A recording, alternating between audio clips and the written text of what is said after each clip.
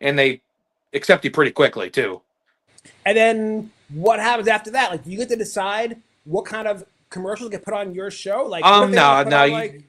they don't you don't choose what unfortunately gets put on there, which I kind of wish you would, but like But do you find that like do you get feedback from people, or do you watch your own channel and find out like?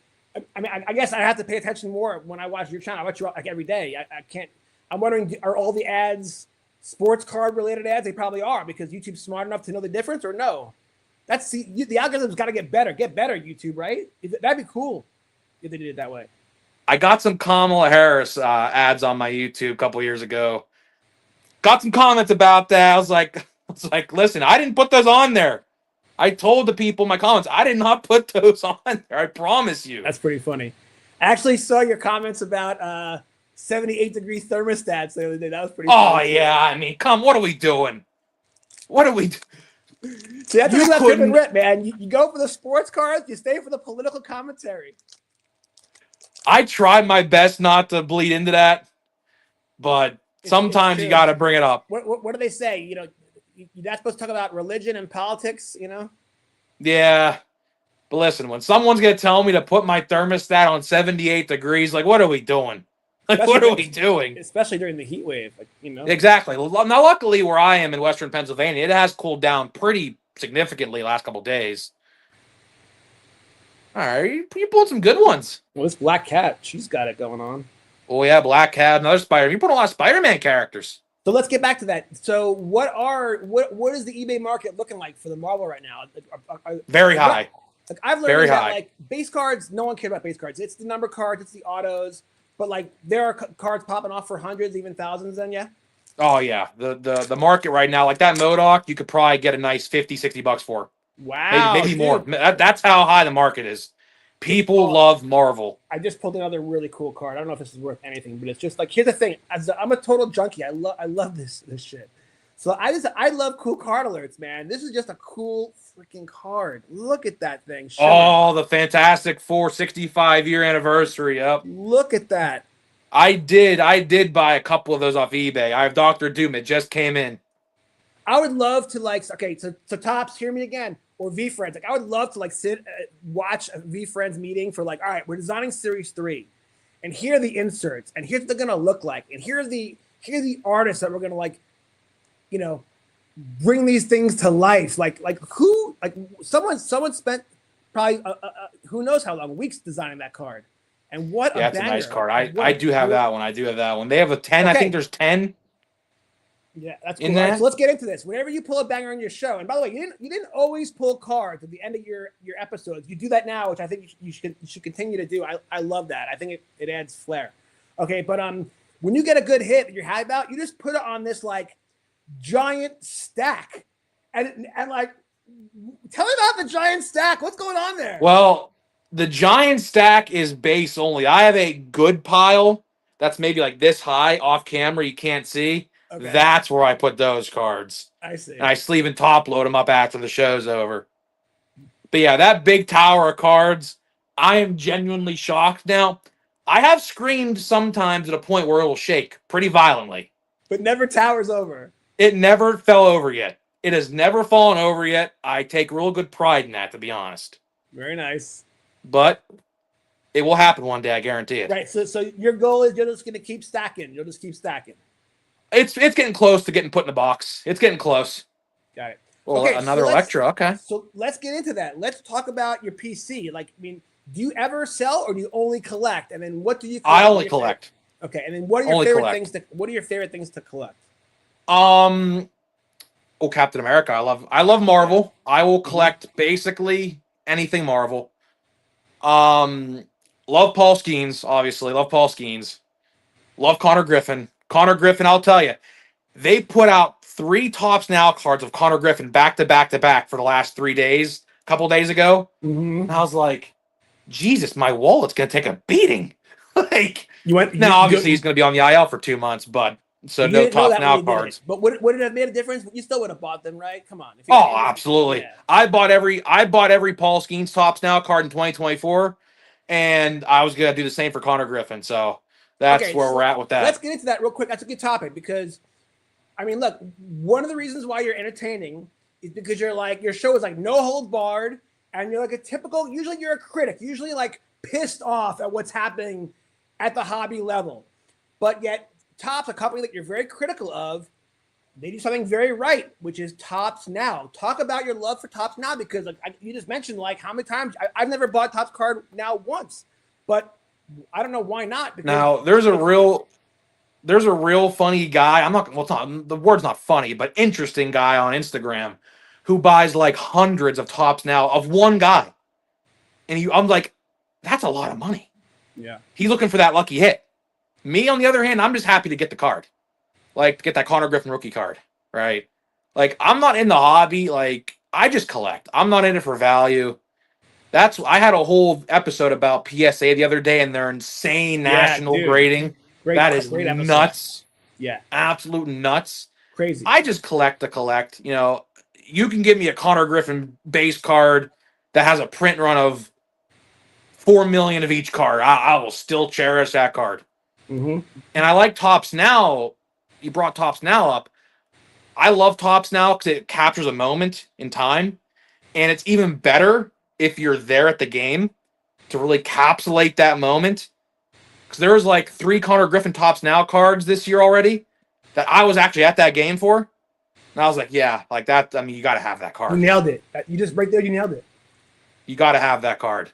I mean, if you're a card collector, you got to have it. What is your connection to these players that you never met, right? Like for me, a lot of the cards that I super collect are players that I've met, I know, or casually, whatever.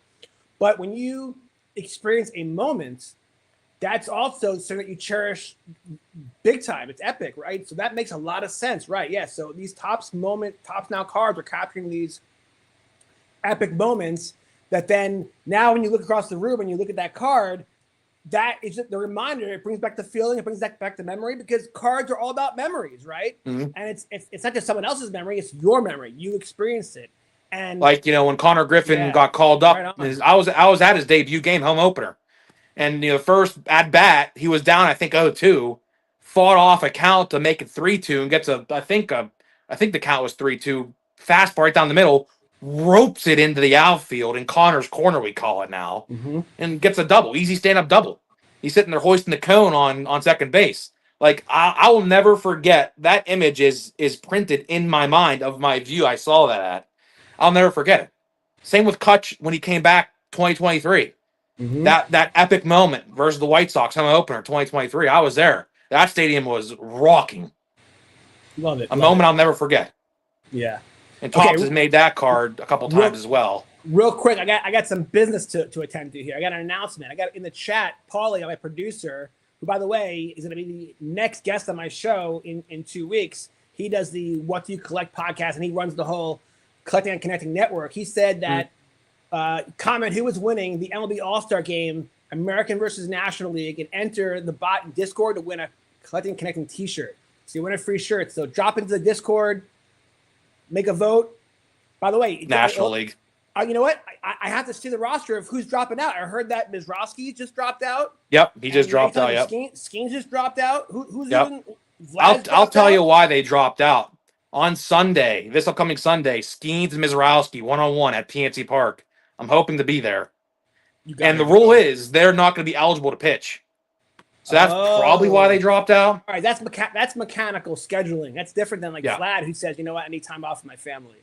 Yeah. Now, look, I understand it. By the way, I have a fraternity brother, Scott Shapiro. Shout out to Scott. He's a sports agent, and literally Vlad's his client. So touchy subject, but you know what? Vlad already got his bag, his second bag. He's gotten paid. What does he have to worry about his brand and getting injured? He wants to go back to the World Series. Oh, of course. Yeah, the Blue Jays have not had a good year this year at all. Look, I remember like in the 1950s, 60s, like All-Star games really meant a lot. It's changed. It's not the same anymore. And so now it's even less so with players stepping down. But so I understand the guys like Vlad not doing it, but it does diminish the experience for everyone, for the fans, frankly. Yeah, I was just complaining about this on the video the other day. The fan voting. I am not a fan of the fan voting, because you look at who's in there. Does Alec Boehm really need to be in there?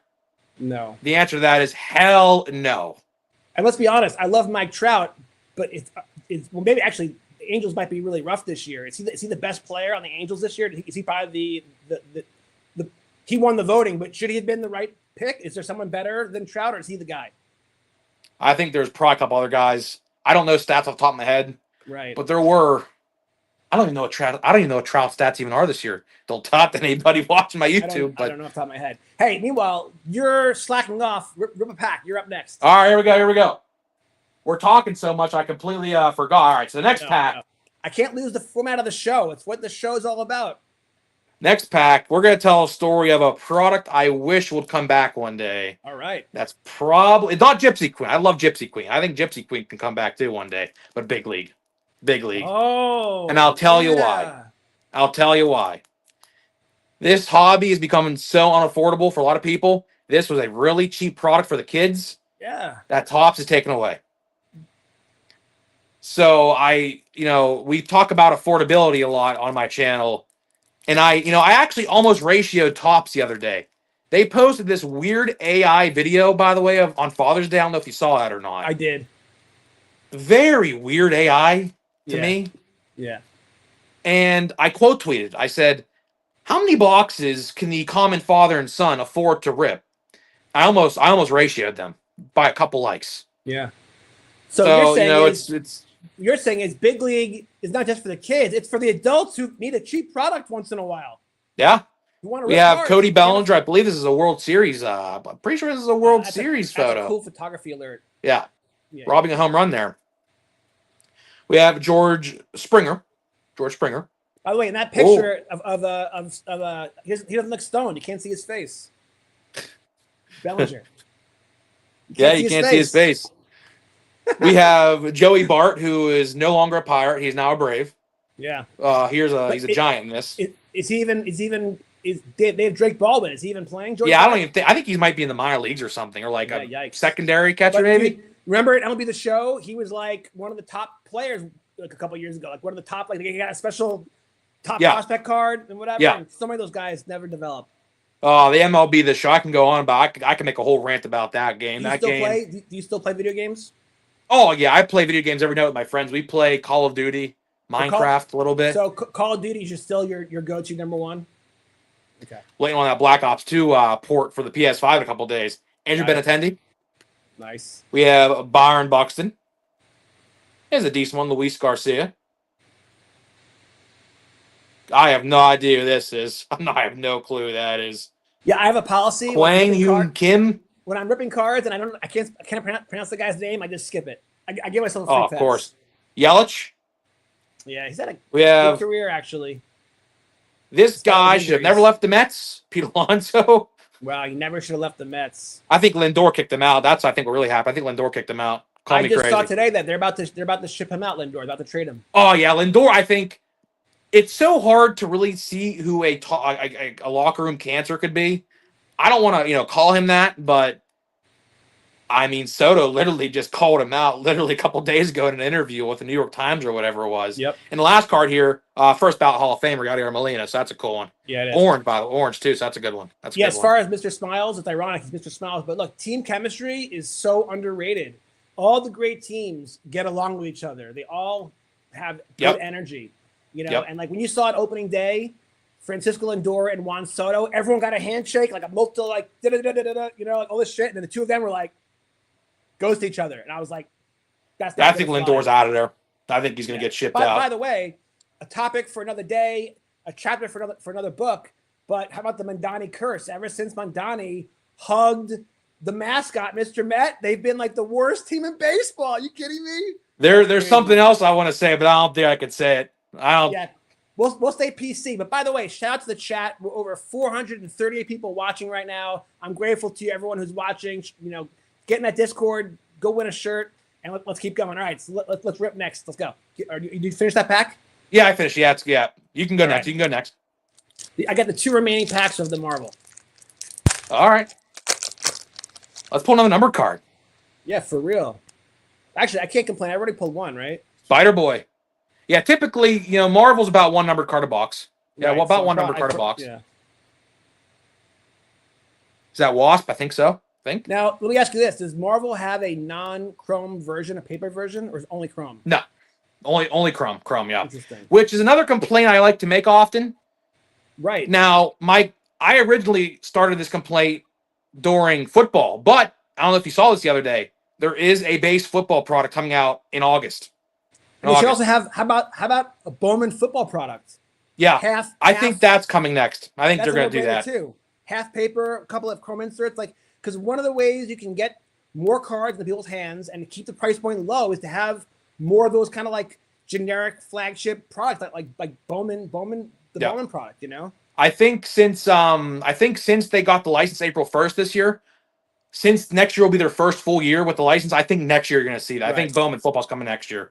I mean, think. look, I hope at least. there was just a lawsuit that got thrown out of Topps being accused of being a monopoly because Upper Deck still has hockey and golf, and you know, there's a couple other things. But like, let's be honest, they have the big four now. I mean, like, and by the way, they just got the Panini sticker license. Yeah. So here's the thing: And do you think it's a monopoly or is it? Oh, or absolutely. Absolutely, it is a monopoly. There is no doubt in my mind. That's a good one. I say this all the time in my videos. Call me crazy. I don't know when Upper Deck is losing that license for hockey. Oh yeah. I am telling you right now, Topps, that's the last Infinity Stone on their gauntlet. They're not going to do it. They won't do it because then it'll be too obvious. Then the lawsuits will definitely come down on them. Well, that judge in New York already said they weren't a monopoly. Another good one. You're pulling some good ones in this box. You know what? Think about this. See, every product is different, but like what you always point out is how, like, don't buy this product because it's terrible, or do buy, you know, like with V Friends, for example. I know like not everyone, it's very controversial. Not everyone likes V Friends, you know, but it's still a brand new product, right? So they don't have a lot of boxes out there. So like in the first one last year, I hit two 101s. It's insane, you know. I sold one for 600, one for 2,000, and like you could make money here with this one. This actually was a profitable blaster box. Oh, you're in the green. Yeah, you're in the green. Absolutely in the green. Dude, that never happened. So right there, that's like a baseball god miracle right there, just to witness that, because you know I've ripped so much wax that you really don't get return on investment. But that's not why you're doing it. People forget. To me, it's entertainment.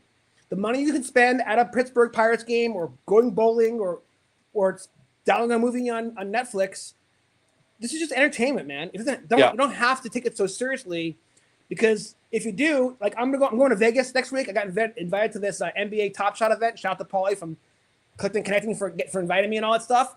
And like I'm gonna play blackjack. And I'm sure I'll lose my $100, but that's okay because you're probably gonna lose. But am I gonna have fun with all these podcasts? Oh, of course. Drinking and playing. We're gonna have a blast, right? And so that's the thing people have to can't forget, is that when you're ripping this stuff, it's entertainment. And if you don't take it too seriously, then you shouldn't feel so bad when you're so shocked that I lost 9% of my money on it. Of course you are. You know, like that's just how it works. But what's cool about it is someone like you, I can go to your YouTube channel and you're gonna be like, hey, listen, next product, by the way, this is why I like this one, because you now know, all right, Topps Chrome football printed to oblivion. And I've lived it. I ripped a ton of it and I've gotten very little. But there are others where they're printing less of it. There's less SKUs, they call them, whatever, SKUs. Yeah, SKUs, yeah. Right. So let's get AK into this. formats, This is my next one. I know you love Platinum Baseball. We'll be getting there. We're getting there. And is this why you love it? Do you love it because of the print run? I love it because of the print run. I love it because there's a lot of people in that checklist who never get cards except in there. Yeah. That's another reason. Topps, you know, as much as they've been around for 75 years now, I'll say it, they really kind of disrespect some of their Hall of Fame and legends in Major League Baseball. Like, a lot of those guys who paved the way into what baseball is now, they don't get cards ever, except in Platinum Chrome.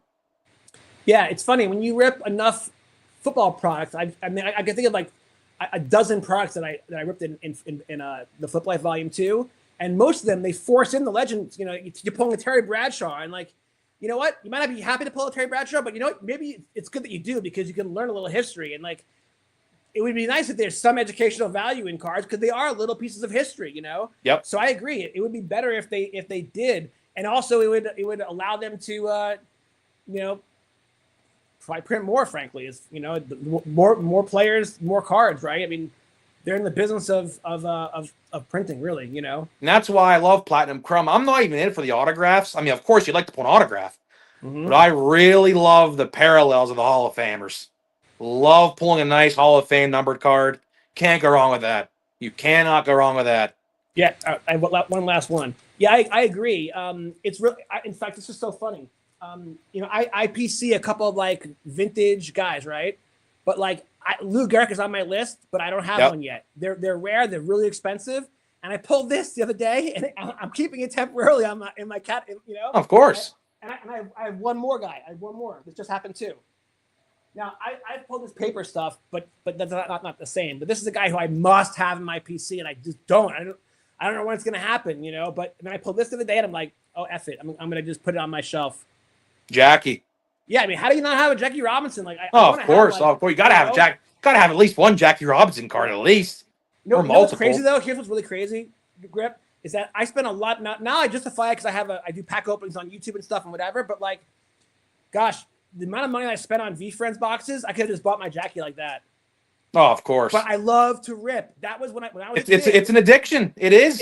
It is, and you know what? It's interesting because I was on a podcast with the collecting and connecting guys it was the Hive. I was on Jay Destiny's Hive show, and all those guys, they like gamble every night on basketball, like every game, like they love it. And I was like, oh, I don't get into that. But then I was like, but I rip packs. So I don't gamble. At least sports, but this is how I gamble. I rip packs. At least you got something if you don't hit big. You got a card at least. Hell yeah. And by the way, yeah, and you know what? And that's true for box breaking too. Like when people, I know like Fanatics Live and whatnot's a huge business, and I've dabbled in it, but I don't do it because I feel like when you get nothing, it's so unrewarding. I'd rather rip a blaster, and at least I get some stuff that I can sell on eBay. I get something out of it. When you go online and you get nothing, it's I'm not a fan of break. You know me, I'm not a fan of breakers. Yeah, you're like old school. You want to do it yourself. Yeah, I think Topps caters to breakers and Fanatics caters to breakers way too often. And I'll tell you what, I thought a good one. Wow, you had a really good box. I will tell you that. This is crazy. That's one of the better blaster boxes I've actually seen open of Marvel, to be honest with you. And by the way, there was a ton of it at my Dick's Sporting Goods house. Oh yeah, I mean, I'm telling you, that's gonna dry up quick. Chrome Marvel's absolutely gonna dry up quick. It did last year. It will again this year. Here's what's really weird, Grip. I don't think people discovered the Dick's House of Sports yet in my town. I know it sounds crazy, but like even when the Ascended Heroes came out for Pokemon and people were going berserk at every location, there was nothing special going on at Dick's. I just don't think people realize that Dick's is like in the card game yet, but that will eventually change. People are going to eventually figure it out. Now I'm going to Dick's House of Sport in a couple of weeks. We're going on vacation to Myrtle Beach in a couple of weeks, and we got to get some clothes and stuff. I'm going to a Dick's Sporting Goods where the Paul Skeens 1 of 1 debut patch is housed. Oh, that's I'm going to see it for the first time ever. I'm very excited about that. So for all the people out there that are driving in their cars or on a walk right now listening to this, behind you to your left, we have the Pirates game on, and Paul Skeens, one of your favorite guys, is pitching. Want to give everyone a score update and an update on what's going on with the game right now. 7-2. The Pirates are up 7-2. We are actually dismantling the Braves. Now, will our bullpen hold the game? That's a different question. Although the Braves are kind of stifling right now, right? 7-16 in the month of June. Yeah, they're not doing too good. I mean, they're about to be out of first place in the NL East. Philly's caught up to them. So I mean, it's gonna be crazy. Like, when do you think it's gonna happen? When you guys will win the division? Is it next year? Could it be this year? I have a prediction. You have two dudes that I am really excited about. Okay, you ready for this? Bubba Chandler and Seth Hernandez. When Seth Hernandez, so I don't know if it's next year or the year after. It's maybe the year after. You might see him next year if there's a season. Think about this: a healthy Skeens, a Bubba Chandler, a Seth Hernandez. That's a big three that could be really nasty, dude. And I know you got look, here's how it's like: home runs sell tickets, defense wins championships. You need the pitching to win. And pitching needs to win. Those three dudes, you might have the pitching, man, and so you might be one free agent away in the line. And Ashcraft, right? Who just got called up for the All-Star game, by the way, and took Skeens' place. And Jared Jones is a nice fifth. We have a really good good starting rotation. This is actually one of my topics I've written down and talk about the Pirates. So let's kind of get into that, because when I moved to Kansas City, so I grew up in New York. So I was first a Mets fan, Then I was a Yankees fan, but and they were good. The Mets were awesome. That was the World Series years. The Yankees were terrible, and it was really easy to go to games. And the fans are there are very fair weather, by the way, as most fans are. I've learned. Okay, but anyway, but I moved to Kansas City, and I fell in love with the Royals because the Royals were so bad in 2012. Like you could not give away tickets, and I fell in love with the underdog team, especially in a world where there's a huge discrepancy with the big ball club payrolls and the small ones. So Pittsburgh is like Kansas City, and so I went through those lean years. I watched us get closer in 13. I felt the intensity of the World Series in 14. Then we won it all in 15. That run, dude, was life changing, literally for me. So that's gonna happen for you and your friends soon. So the day that it happens, I'm gonna bawl my eyes out on YouTube. You might be 2 years away from that arc happening, and I wish it for you, bro, because there's nothing like it. It's especially after you have suffered. You have to suffer first, and you have. Oh, we've done a lot of that. Right. The Royals were bad. A lot of that's been done. The Royals were bad for 30 years. And Pittsburgh, I cannot remember the last time. Was it when they had like Bobby Bonilla? That was the last time they were really good? Well, we were good in 13, 14, 15. We won 98 games in 15. But 15. Our division. Oh, was Andrew McCutcheon's prime? Yeah. Okay. Yeah. The era of Kutch. But back then, we were in the wild card. 98 wins. We got into the wild card with 98 wins. It's hard to believe. And we got bounced in one game in the wild card. I know you're in your early 20s, so I don't know how deep you go with Pittsburgh history, but we got a guy who lives here in Kansas City who did play for the Royals, but when you play on MLB The Show, he's a catcher for the Pittsburgh Pirates, which is Jason Kendall. So were you around at all for the Jason Kendall years? Very early. Very early. I know he was in the 90s. I was born in 2001. Right. But so I guess my question is he enough of a Pirates legend that over the years as a fan, like you see his... Oh, yeah. He was... I'm pretty sure he threw out the first pitch on the home opener. Oh, I was there. I'm pretty sure he threw out the first pitch. Okay. I think he was there. Yeah. Got it. All right. Him and Jack Wilson. Yeah. Very good. Who's obviously the father of Jacob Wilson now. Yeah, he's a good dude. I'm happy that he's respect. I remember in not just MLB The Show, but even further back when I used to play like micro league baseball and like the old school games from the 80s, he was not just a catcher, he was super fast. And so I loved having a catcher who could like steal second base and stuff like that. That was so unique. Most catchers were like fat. The old catchers were like fat and heavy. And he was the first catcher who can like get on base and be a speed guy. He was like very, very different, So I've always kind of respected him. All right, interesting. All right, what's your next pack? What's the next part of your stories? You know me. I love my WWE. We got some WWE Prism, not Tops. Prism. This is the debut edition too. Interesting. Okay. Kind of to highlight the fact that we're in a monopoly, kind of, and we kind of see what it used to be like without obviously Tops owning everything. So here we go. Only 4 cards in this pack. Before you real quick. Who are your favorite? Oh, I made a comment once on your YouTube. You wore sunglasses once. I'm like, bro, you look like Bret Hart. So, and I don't know if you saw that comment, but you totally do, right? The beard and the hair. So before you, I got a lot of Macho Man references too, by the way. Yeah, he's actually one of my favorites. Okay, so I love Macho Man. But I'm curious to know before you rip, because maybe we'll pull some of these characters. Who are your favorite wrestlers? Roman Reigns. Oh, okay. Seth Rollins. Like if we're talking current wrestlers now. Right. See, give me new school and then old school. So I'll do new school first. Roman Reigns, Seth Rollins, Liv Morgan. Then CM Punk is 4. Okay. Old school. Love Hogan. Love Hulk Hogan. Macho Man. Warrior. And probably Bret Hart. Or the 4 of my old, like nice. The old school. I was hoping you'd say Bret Hart, Oh, you can't. I mean, the best technical wrestler of all time. Liv Morgan, I saw that she's just started dating some new guy. Yeah, I have no idea who he is. Not a clue. I also saw that at Fanatics Fest, she's already sold out of all of her auto appearances. Well, she's popular. They should charge way more for her. But in WWE, does she have a boyfriend, or is that just part of the shtick? Because she has a on-screen boyfriend, yeah, right. Dom Mysterio. Yeah. Right. I watched WrestleMania. I had not watched wrestling in so long, and then I started getting into it because for the card stuff, and I didn't know if that was part of the shtick or was real or not. A Kid, I don't think he's with them anymore. This released in 2022, I believe. So Yeah, old school. some of these guys might not be here still. So we have A Mhm. Kid, we have Apollo Cruz, who was a part of my childhood. He's no longer there. He was a part of my childhood. Mhm. Oh, we have a good one now. We have a good one. Undertaker. Oh, look at that picture, dude. I mean, I don't know if that's like a short print or something. I don't know. It's It's like gotta be. completely dark. All you see is Like, his silhouette. That is yeah, an epic card. that's really Oh, cool. I've never seen that card like before. he literally still scared. Just the idea of him still scares me. Like, And then we have Joaquin Wild Refractors. Easily best card of the pack.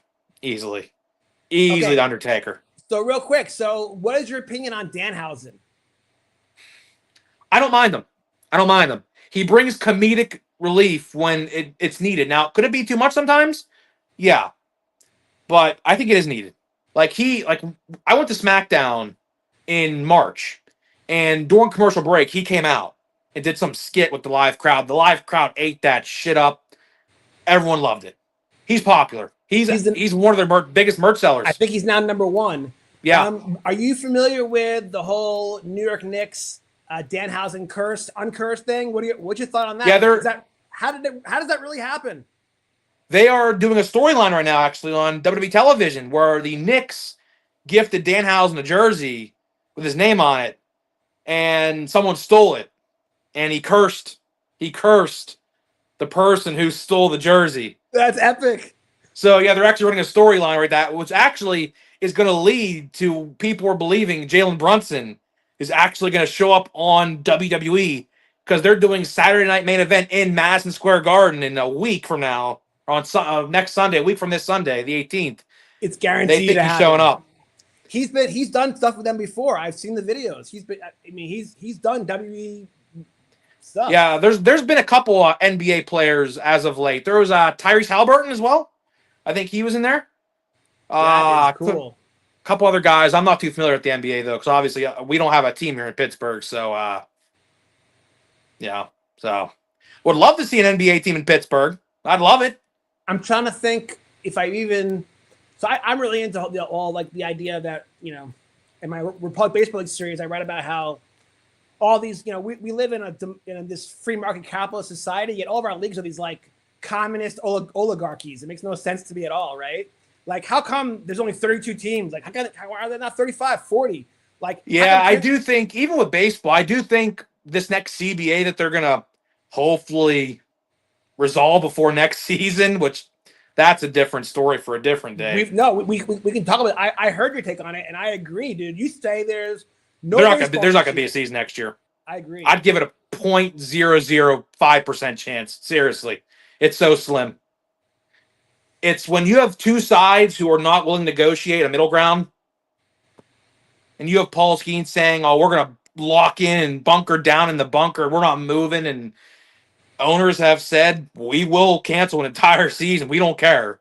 Yo, dude, I'm trying to think about, my mind's going through the implications of like, what does this mean for the card market? Like, new supply will dry up. So does that mean that old wax will rise in prices because we might not have Top Series 1 next year? We may not have Bowman. Well, luckily, I do think they will release them next year because that's why Topps has cut off the rookie date this year really early to make sure there's people next year. I do think we're going to have a situation kind of like 2020 update, if you remember that. No. Tell me. Explain. So in 2020 update, there was a bunch of like throwback all-star cards and home run derby cards because there was obviously a very shortened season. There was no all-star game that year or whatever, right? I do think we'll see something similar to that. I don't think next year's products are going to be very good. So that's why I say in my videos, even with baseball, if you want to go to a baseball game, do it this year. Do not regret it. Like, I'm going to like 20 games this year. So I have like tickets to like 20 different games this year. Enjoy it while you can because next year is very unlikely. And next year's products are going to be really not that good because all the good prospects are in this year's 2026. So that's honestly, wild. Kind of a good year to be missing baseball. Not always good, but in terms of rookie class, right? Rookie class not going to be that good. Well, it's funny because like this is my after I ripped some of this, I knew you'd want to. I knew I got to give you some wrestling. But the thing is, right? Like, if when I was a little kid, all I did was baseball. That was my whole universe. Like, I'm not even sure if in 1982 they even were basketball or hockey cards. Maybe they were. I don't know. But like now, as an adult who's a junkie who loves to rip constantly, like I still love baseball probably the most. I love all sports, but I love baseball the most. So like on the one hand, that would be like a huge after Series 1, which will come out no matter what probably. But then like there's no Series 2, there's no update, there's no platinum, none of that stuff will probably come out, and I'll be like. The old me would be devastated. I would have a void in my life. But now we got stuff like this, man. We got V-Friends. We got WWE. We got Marvel. Like next year is going to be the year of the entertainment card. Right. Like your life is not going to change, grip and rip. You're just going to rip something else, right? And football and basketball. Right. And what does hurt is from 6 to 9 o'clock p.m. every night, during the summer when you used to be watching the Pirates and now you're not. And now you have to fill that void. Now, right now it's a little strange. We have the World Cup. But that's where it hurts is like when like your summer routine is like I am conditioned to watch the Royals, even though the Royals have been terrible this year. They have not been good this year. Kind of disappointing. I almost love the pain, Grip. I love the pain, right? But that was me last year. Even if next year there's no baseball, like that and now by the way, but now my son's in college, so that's even a bigger void, but like that's a huge it's a void to fill. And like but like the car person in me will get over it. The baseball fan will not. That's the difference. There's like two. There will be a piece. It's like a piece of our hearts you're gonna be missing. It's good. It's gonna be missing. Here's the thing, bro. Even if we don't, we go over the cliff, Thelma and Louise in February, and there's no season, dude. I don't know. I mean, I guess what will eventually have to happen is the owners are gonna cave because the MLB is the last man. Every other league has given up. There's salary caps everywhere else. Yep. And Major League Baseball is the only ones left, and that's why it's so they have to bunker down. And there's no reason to. Now here's where I feel bad. I know a lot of kids from the Kansas City area through my son's baseball career that are like on their road to the show. Like my own neighbor, 2 doors down, is Dayton Moore's son. Dayton Moore, the former GM of the Royals, is my neighbor. His son Robert is in AAA with the Phillies right now. With the Ponies. And like, like he's batting 240. The Phillies are trying to win a title. He's not gonna get called up this year. But he's now 26. And you know what happens next year? He's 27 and they're not playing baseball. And then the minor leagues will still carry on. You think so? Oh, they're a different CBA. Yeah, they're a different CBA. Yeah. Interesting. Minor league CBAs are different than major league CBAs. I guess I think about I guess I'm so tainted by what happened during the pandemic when they canceled everything in minor leagues too. So your thesis is that the young kids then won't get screwed. It's just a big. No, they're not going to get screwed. No, like the CBA is different. Right. All right. Bryce Harper could afford to not play a year, but like Robert Moore, like he needs to play now. His pocket's ticking now. Yeah. And I know a lot of kids that are like in JUCO ball and shit, and this is their for now this is their life. And if this machine stops moving, it's like a dog throwing off its ticks. Everyone gets thrown off the horse, whatever. And like I feel bad for all these kids when. Baseball is their life, man, and like it could get very serious soon. And I think you're right. I just don't see how these two sides are going to come to an agreement right now. All right, is it your turn to rip or is it my turn to rip? All right, your turn. Your turn. Yeah, your turn. It's hard to keep track. We're talking. We can't keep track. Talk about pitchers. We've talked about Bubba Starling. We've talked about Seth Hernandez. We've talked about Paul Skeens. The first card is a rookie from the Pittsburgh Pirates. Tell me about Thomas Harrington. Is he even in the show yet? What's the deal? He was up last year for a cup of coffee. Didn't look good at all. Sent down, never seen the light of day of the majors again. Has not been up this year. I don't think he's been performing too well in AAA this year. He was really good. He was touted as one of the really good prospects in our organization at one point. Yeah. But our farm system's been like really loaded and like he kind of fell down the ranks. Yeah.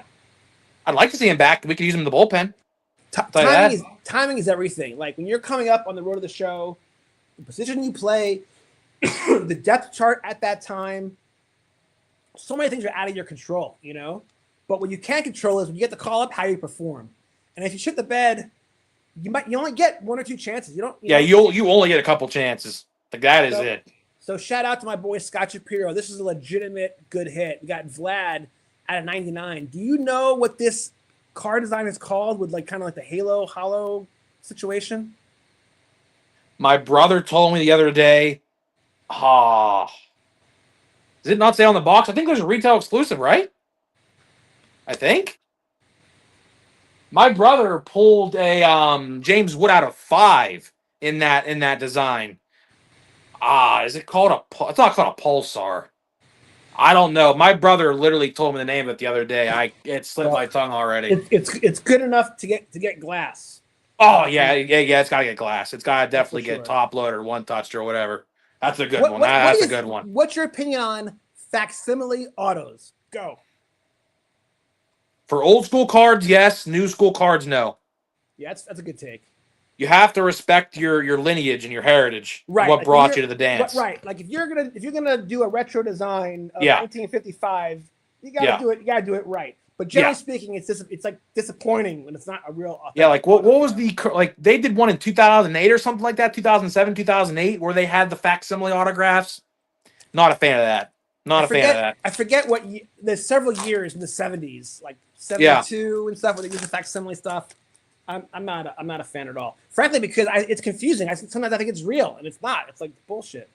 I'll see, like this is the kind of stuff where like how often are you gonna pull a Christy Matheson card?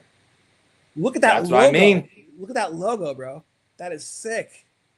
That's what I mean. Cool. Like That's you don't get cool. cards. Yeah, and He does not get cards. If you love baseball, seeing a guy like this out of the blue, a guy that you half remember, kind of like just forget, it's like that's and then if you take the time and read the back, like that's not an NBA Chrome back, is it? No. You know the controversies surrounding that with the NBA back. No. So there's like a thing going on right now where like Jalen Brunson, for example, this is one of the cards that popped up. Someone flipped the back of his card for Platinum Chrome. It was the Jalen Brunson backing on the card. So people were like, "What is this about?"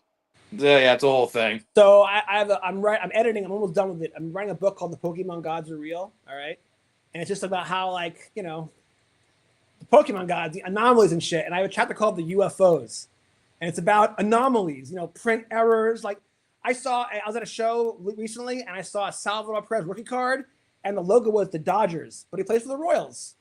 And like that card's worth $30 because it's so bizarre. It's so unique because that'll happen. It's an anomaly. So sometimes that'll happen. The weird stuff, is more special. Okay, here's a topic. This is a little controversial. Oh, it's like we just pulled one of my all-time greats. So real quick. So Koufax. No, I don't have it in my room with me because I have all the material that I'm writing for Volume 3 of The Card Life is in my other room, all laid out on my ping pong table, whatever. I just recently bought. So my son Nate played for John Link, who's a former Dodger pitcher, and he played for the Dodger scout team 2 summers ago. And that travel team literally had 2 kids that were drafted, like Ty Harvey, TJ Ford. So many kids committed to Division I. It was an insane thing. And so after he finished the season, I bought him this 1961 SGC 5 Sandy Koufax, and then I upgraded. I recently bought a PSA 7 of 1961. So I don't want to show you. It took me too long to get it, but so I actually finally did. I mentioned how I don't have Lou Gehrig and Jackie. Sandy was one of the guys I wanted to for a while, and I finally just bit the bullet. And the point was, it was an expensive card. It was like $500, but it was like, you know what? Like, I'll rip all this V-Friends wax, and they'll probably become worthless. That card. Yeah, I think Koufax. And by the way, I'm going to give it to my son. It's going to be in the family tree forever. That's a core card. Yeah, I think Koufax is probably the best pitcher of all time. It's heartbreaking because he ended his career at his peak because of injuries.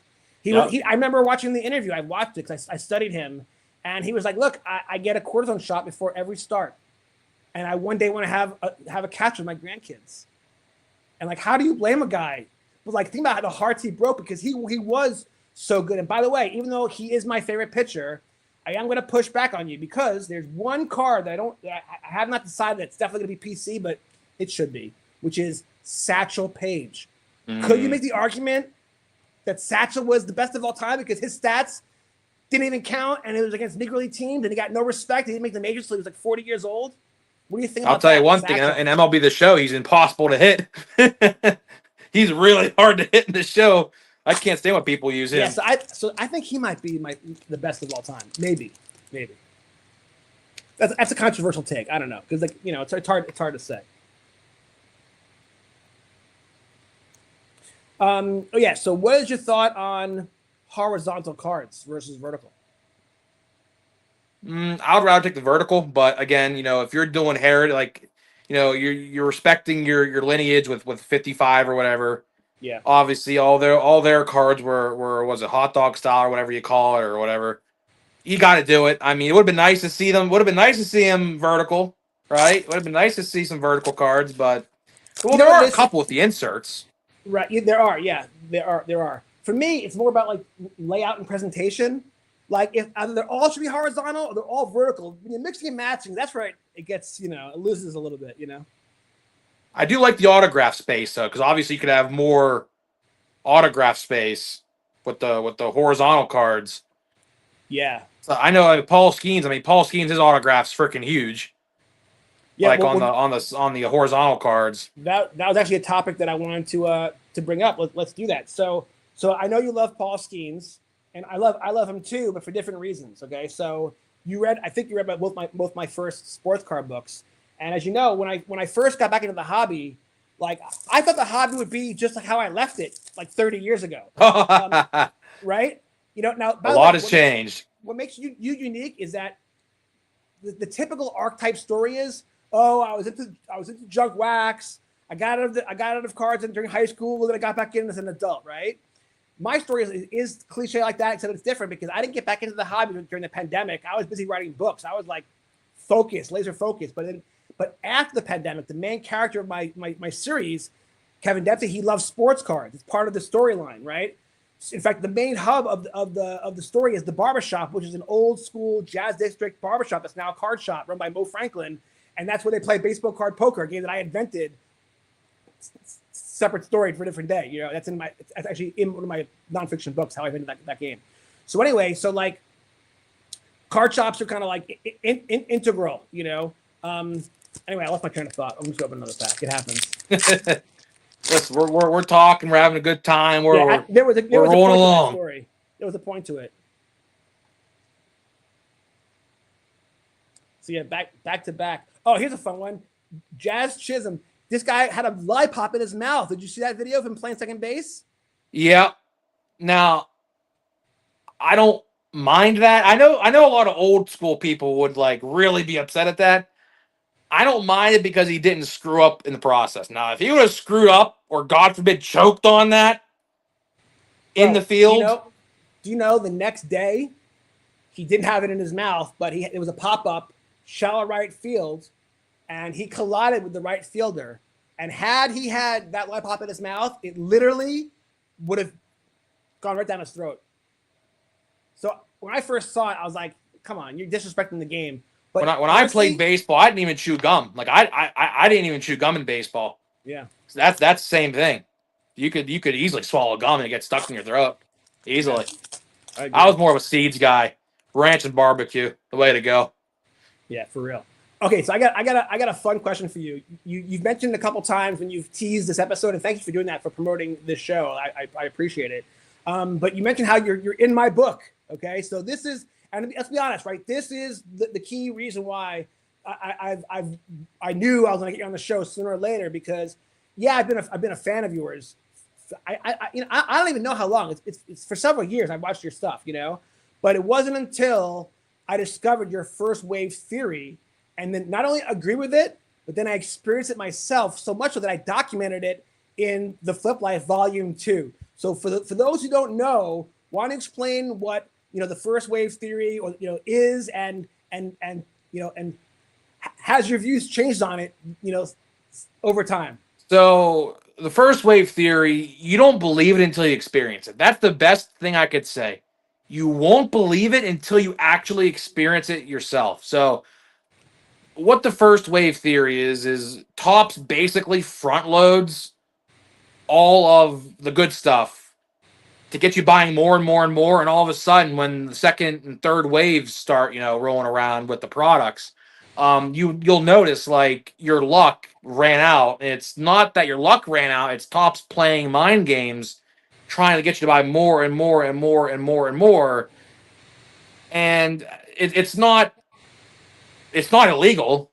It's not, moral by any stretch of the imagination, which If they're even sucks. doing it, it's still a theory, correct? Or have you proven it?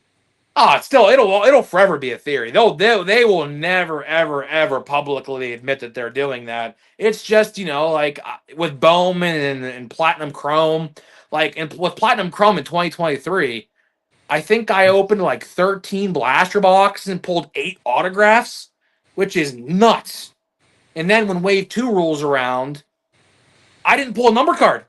I didn't even pull a numbered card in like 5 or 6 blasters, let alone I was pulling autographs 1 in every 2 or almost back to back some cases. So, even with Bowman's the same way. I've experienced that with Bowman quite often as well. Chrome baseball that's coming out later this month, sometimes they'll do that. It depends with that. It's very wishy-washy with Chrome baseball. But Series 1, 2, and Update, they don't do that with. That's a paper product. They don't really do that stuff with that. But in case you don't know how to check for Wave 1 and 2 and 3, so what you would need to do is you would need to check your restocks. So you would have to know when your vendor restocks, right? So, like, for example, my vendor used to stock Fridays at 1 p.m. Well, now there's a new vending company, so this is long gone now. But you would have to know your vendor restock information and keep going back week and week and week. So what you will notice over time is, like, for example, Platinum Chrome. So, like, the first stock of Platinum Chrome, there might be like 25 boxes. Second week, there might be 20. And then little by little, it goes down every week. And all of a sudden, 1 week, it'll stop. None will be stocked. The week after, there'll be some stocked. That's Wave 2. That's how you know. You got to know your vendor restock information for that. Now, that means that you can't have like a 9-to-5 job. You have to be a junkie like me and you, where you can, like, travel through your shops and talk to the employees and learn. What I've learned is, like, I work from home. My day job is I'm a financial advisor. Obviously, my side hustle is writing books, so whatever.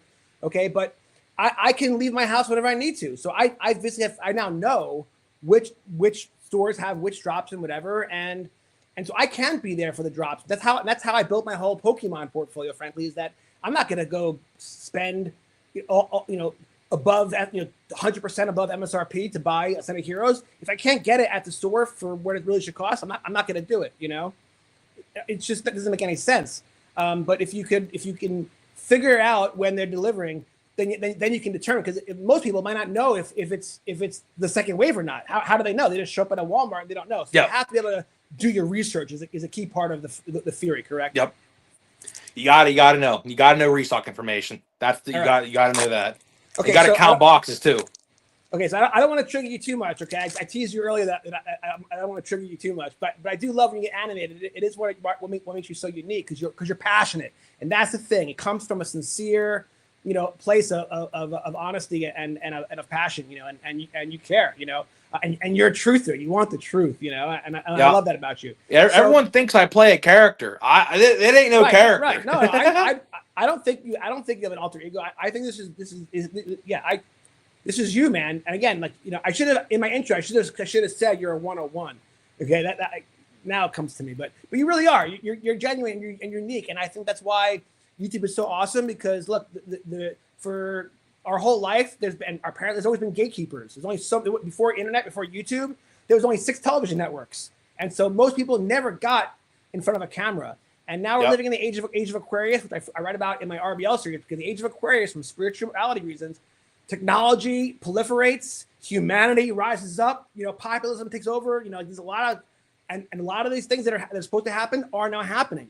And the fact that the internet exists, the fact that YouTube exists, that anybody with a camera, a phone can start a YouTube channel, anyone can create the American dream, and the truth is, like, we never finished that, but, like, I mean, are you actually not making money? Do you have enough videos? We get income, and is that income enough to be well, obviously it's enough for a side hustle, but could it event? I mean, you're not Mr. Beast. When will it become enough that it really can pay your bills? It's very hard. It's very hard to have YouTube as your primary income. It is. Mm-hmm. Very few people have that luxury. Like the top 1%. Number card and event select, and look at that. Oh, that's an awesome one. Look at that shimmer. Holy moly. Jab's family would love that one. By the way, do you know Jabs? He's Yeah. another YouTuber I'd love to reach out to. I also discovered him early on. And what's also interesting is with you show your face, which I respect a lot. I was always kind of nervous to show my face. I do it now with my show, but like with my pack openings, you just hear my voice, right? Maybe one day I'll change that. We'll see. But like with Jabs, I was nervous at first. I mean, everyone's nervous at first, right? But like Jabs, I don't even know what he looks like. So how'd you know who he was when you met him? How did you figure that out? I've never met him personally. I have never met him personally. We have been at pirate games before together, but we've never crossed paths. Got it. Like I know what he looks like. He knows what I look like. Right. I just never crossed paths with him. He's nice though. Every time I've encountered him on the internet, like he's always nice to me. Right, but he's a great example, right? I mean, this is just some dude, a teacher in his basement opening packs, right? Now, yeah, he's different because like, when I open packs, I just do it for the pure joy of it. He's turned into a business. Like it's basically he's box breaking. People are buying in. He's retired now. He took a buyout. Oh, good for him. Good for him.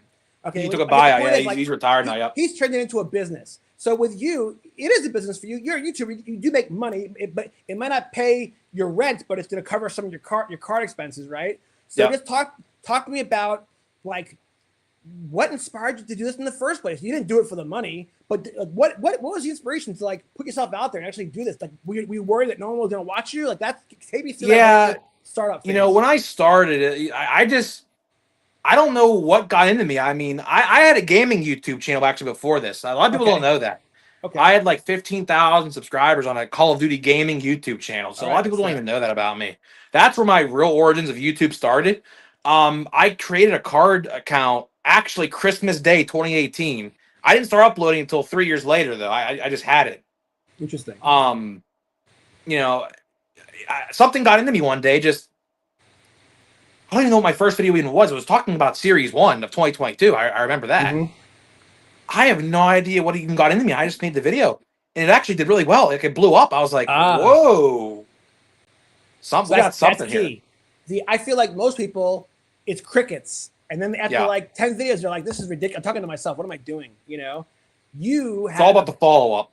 Right. So you had a great first experience. The first video, it kind of went semi-viral. Yeah, the first video, I think I did like 22,000 views. I was like, holy shit. Like, dude, that's big time. So then talk to me about how long did it take to get to 100? How long did it get to 1,000? And tell me about that journey. So it took me pretty quickly to get to 100, like literally like a week. I posted that video. I got 100 subscribers relatively pretty quickly. 1,000 only took me like 2 months. Okay. Wow. My uprising was pretty quick. Like, YouTube, it's not that easy. So I can't even explain how it happened. Well, I can tell you it's because you're so unique that it's polarizing, bro. Right? Some people are not gonna be down with it. It's too loud, right? But if you're like a 25-year-old, 30-year-old dude, like you're entertaining as anything, man. You're awesome. So like it's sort of I've been compared. If my mom watched your first video and you're young and screaming, like she's gonna flip. But like, if my son saw you, he'd be like, dude, he's got some fire, man. I like it. And that's for me. I like that you don't give a shit about what your hair looks like or the t-shirt you're wearing. Like that's your charm. That's what makes you authentic. That's what makes you terrific, A lot of the time it's when I roll out of bed and hit the record button. Right. I was just boop, I hit boop and I start going. That's awesome. Okay, but you're not just doing the news, you're evolving. Let's talk about Grip and Rip in the future. You've been talking a lot about getting your deck ready, right? So yes, our backyard deck is being redone. So fireside chats. The fireside chats are coming. My brother, who is camera shy, he's gotten into it a little bit though. He's evolving. Like he's getting used to the camera. He's not one to go out and do what I do. It's funny. He's like the exact opposite of me. Mm-hmm. So I'm charismatic and like to be on camera. He is literally the exact opposite. He's very shy to himself. Mm-hmm. And I've challenged him over the last couple of months to come on my videos a couple times just to get familiar with being on camera. So yeah, we're going to be doing something called the Fireside Chats. Hopefully relatively like the next week or two. Mm-hmm. The deck's almost done. Very excited about it. We're just going to be doing a video, 30 minutes once a week, where we just BS about anything and everything card related, sports related, whatever, and just shoot the shit and drink a couple beers or whatever, and just Will there, have fun. will there literally be a fireplace burning wood? We're working on that, but yes, I think so. I think so. And are you familiar with your U.S. history? Do you know who originated the fireside chats? No, which is sad. Which is sad because my No, grandpa but was a history teacher for 46 years or whatever that's it was. wild. But what's interesting is yet you don't know, but you know, because where did you come up with that title? It's like our souls know these things. Okay, so it was FDR, Franklin Delano Roosevelt, and the reason why is because it was the first. All we had was the radio. But it was the first time, like we had the Great Depression and wars and all that stuff, right? But every Friday night, people would sit around their fires, and he would get on the radio, and he would talk to you like a human being, kind of like how we do here. It's not this formal interview. He would just be like, "I'm the president, but I'm also like your fellow citizen, and here's what's going on with the country." And so the fireside chat became a cultural phenomenon where everyone would every Friday night or whatever the night was, they would sit around and listen to the president, which is why it's so interesting because like when like not to get political, but like certain presidents like Biden, like he rarely gave interviews, he rarely gave press conferences. Where Trump's like the opposite, he's like constantly in your face, but like. That's a decision that a president has to make is what kind of. Yeah, I would rather have a president who's out and open and talking. Like, I don't want someone in there, yeah, who's quiet and quite frankly has no idea what's going on. And yeah. Well, yeah, but the fireside chats, yeah. Slab gave me that name. The squash gave me that name. That's awesome. I was like, we're running with it. I like it, Grip, because your brother's personality is the perfect complement. Now, you could have two high energy folks, and that can work too. I think two low vibe people is challenging. But when you have someone who's high tempo and someone who's low tempo, that's like the Laurel and Hardy. There's a lot of like famous duos that banter like that. And so like whenever there's you'll carry the conversation whenever there's a lull, but you're also gonna be the one who will get out of your brother the goods. Yep. You're gonna know how to extract it. And so it'll be a great partnership, the two of you, and I look forward to watching it.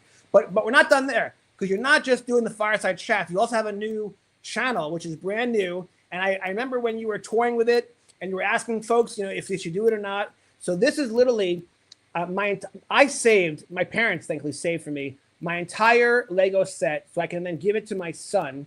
And then we've added to it. And I can tell you that when I was a kid, I was a Lego fanatic. I played by myself for hours and hours and hours just building stuff. And then I could not wait until my son was old enough. Because, when the kid's too little, he'll just put him in his mouth and choke. Oh, of course, yeah. I forget what age it was. Maybe it's like, 10, 8, 9 years old, whatever. But when they get old enough and you can start playing with your kids, Legos, it starts all over again. So I wish for you fatherhood, my friend. I know you still love it as an adult, but doing it on your knees, on the carpet, through the eyes of a child, it's so much fun. And I honestly am not ready for it for round 3 when I'm a grandpa. I'll be all in that shit, man. So Legos are more popular now than ever before. They are only getting more popular. Now, to be honest, I thought when you started your channel, you were going to literally build on screen. And my advice to you is to reconsider that for TikTok, because you would be amazed how many people are on TikTok doing the craziest shit, and people are watching because you know what? There's 8 billion people out there. And if someone loves something like you do, believe there's others out there, you just got to find them. And so maybe maybe with TikTok, you should stick with the news, but I think people should see you build. So talk to me about your channel and how's it been going? How many followers do you have? Has it been more difficult to build? It's been actually more difficult than the baseball card channel for sure. That's pretty obvious. But I'm very excited. We just soft launched it, kind of. Mm-hmm. I have been collecting some Lego sets over the last couple of months to build. Because I don't like to build Lego sets in the summer because it's too hot and muggy in the house most days. I like to build Lego in the fall and the winter, and then in the spring when it's nice and you can't do anything outside. So what do? You sit down, build a Lego set, right? Sure. I just picked up.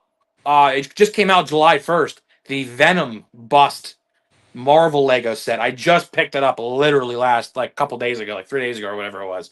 The Avengers Doomsday sets come out October 1st, so we'll circle that day on the calendar for sure. Mm-hmm. I'm a big Christmas guy. I don't know if you know that. I love Christmas.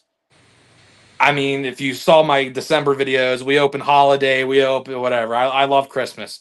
Christmas Legos come out, I think October 1st as well. Mm-hmm. Big day on the calendar. You circle that, and you go to Lego store or buy Walmart, Target, or whatever. No, Legos are fun. Legos. It's. I'm not gonna say therapeutic, but it's kind of like that. I think it is kind of therapeutic in a way. It's like meditation to me. Yeah, it is. It really is. Yeah. You escape reality and you just focus. You're in the zone, building. Yeah. Yeah.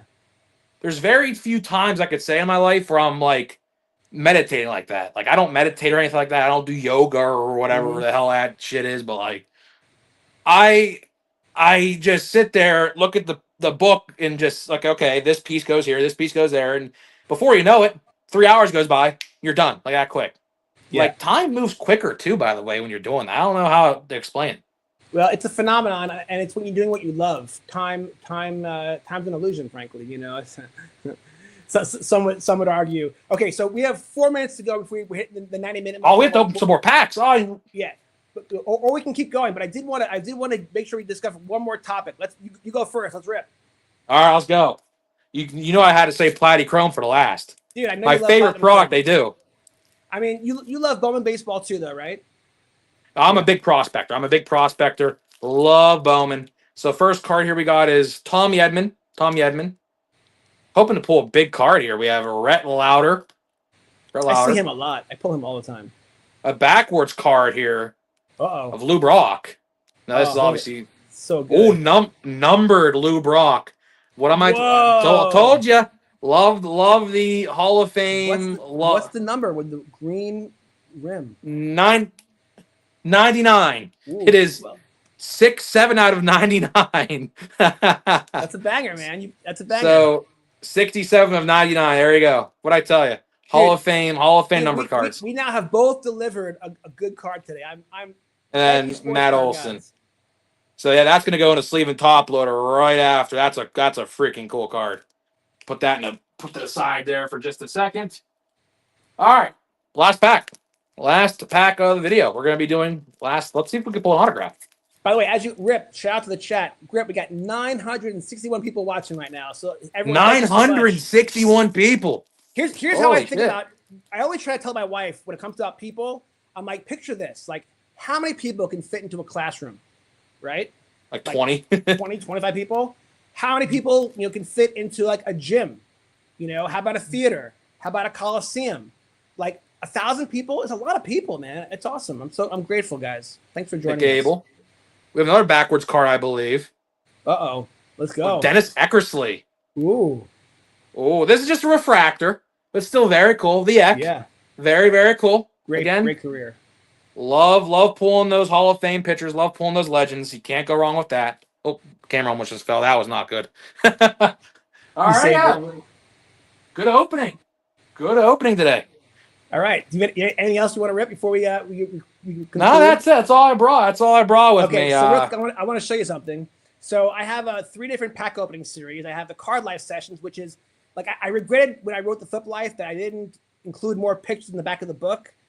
And then I realized, you know what? I probably should have ripped all those packs on video and shared them with everybody. So that's what I'm doing with the Card Life. Anything that I open related to the book, that's its own channel on my main channel. Then I have my Sports Card Collectors channel pack opening, which is almost at 1,000. I do V Friends too, and I do Just Baseball on my Kevin Dempsey channel. He's part of the Republic Baseball book series. So I just pulled this week, and it was very tricky because I love Paul Skeens just like you, even though I'm not a Pittsburgh guy, and I actually legit PC Paul Skeens. I wrote a chapter about Paul Skeens in my first book, and what's interesting is out of all the chapters, some chapters the first half of the book is about investing, second half is collecting, right? I kind of transitioned during the book. But most of the chapters I lost money, But the chapter that I made the most money was through Paul Skeens because the key was grading. Most times when you get cut, you look at a card, you think it's a 10. You send it in, you get a 7. You're like, oh, and so you ruin the value, you wasted money. It's like, what a stupid idea. What a pointless thing. With Paul Skeens, though, I gem minted like mostly 10s. And because he was so hot, they sold really, really well. And so I made a lot of money with Paul Skeens, and it funded a lot of the other chapters. And so I fell in love with him and got to see him pitch live in Atlanta. And by the way, when I watched him pitch in Atlanta, he didn't throw over 100 once. This is 2 years ago. I saw what an artist he was. His splitter, his slider. I mean, this guy was just manipulating at-bats. And that's when I was like, this guy, I don't, yeah, he throws 100, but he's so much more than that. So I started PCing him. However, as a collector, or, you have to decide, what do you PC? What do you flip? Because you got to fund the process. So I pulled this Paul Skeens auto at a 99, and it was very tricky, but I decided to put it on eBay. It can go anywhere from like 300 to 500. We'll see.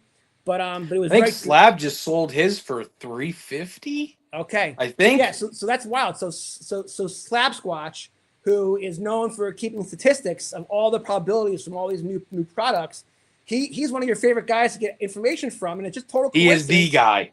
But that's so crazy. That's what makes him the best. He is the both, guy.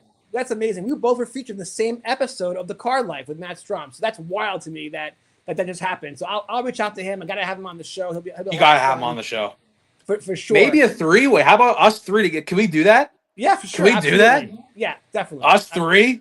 Yeah, it gotta be very that's fun. What it takes to connect you to the Slab Squatch. When we get him on, you'll join me for sure. Very fun. I mean, I love the Squatch. The Squatch is awesome.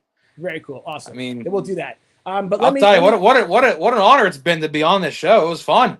Dude, great. Very fun.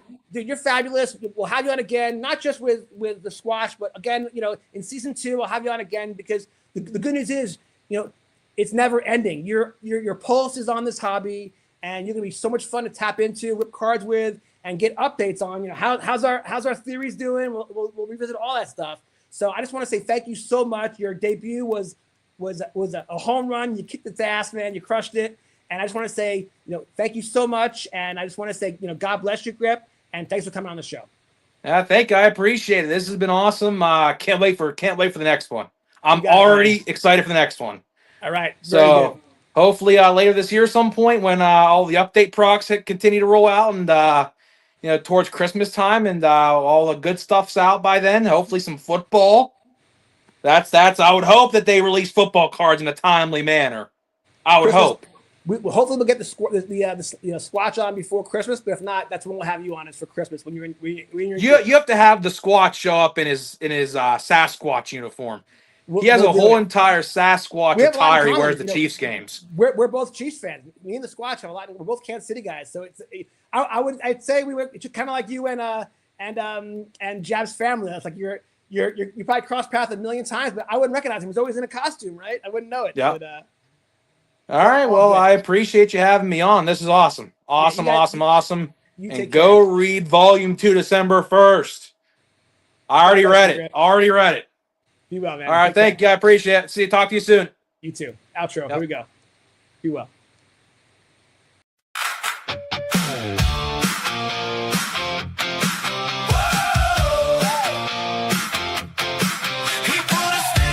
Shoebox lid said this one traded for my first big win.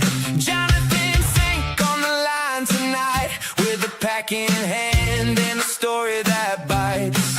Old paper, new spark, name on the card. From basement deals to a full-on start.